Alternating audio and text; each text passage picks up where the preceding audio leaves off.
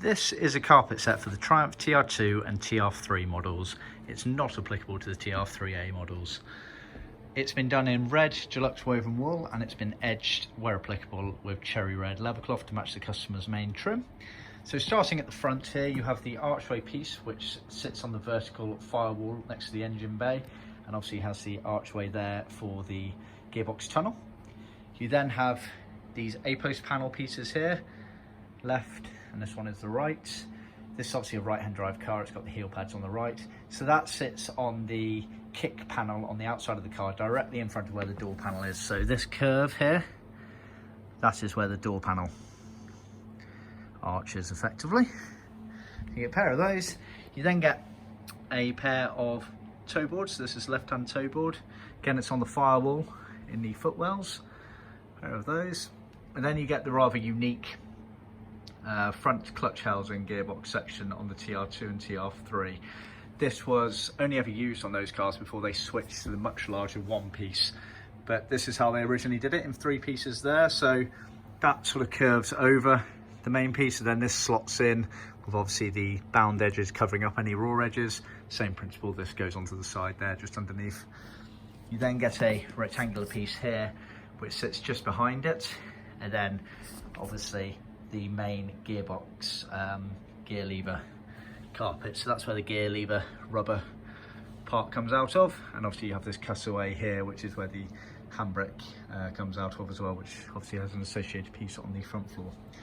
Speaking of, you have a left and a right front floor carpets. Again, heel padded on the driver's side only for a right-hand drive car. We can heel pad both sides if you prefer, so just let us know.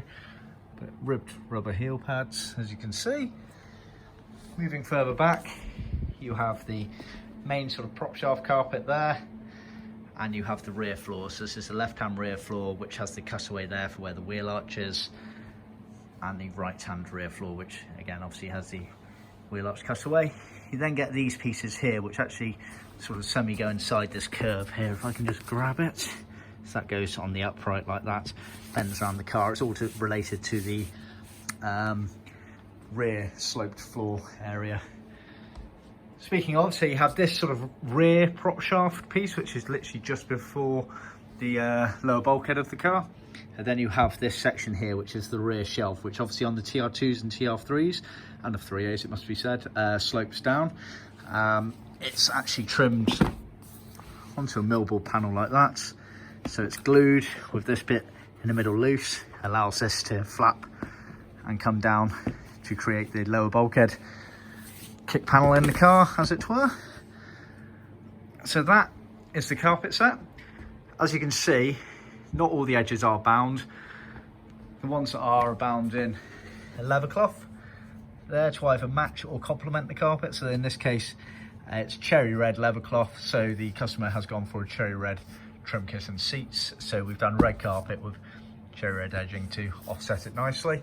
The principle on edging being that any unbound pieces, any unedged pieces, such as this prop shaft here, will not be on show when everything's trimmed in the car, because those edges there will be underneath the adjacent edges of the rear floor carpets there.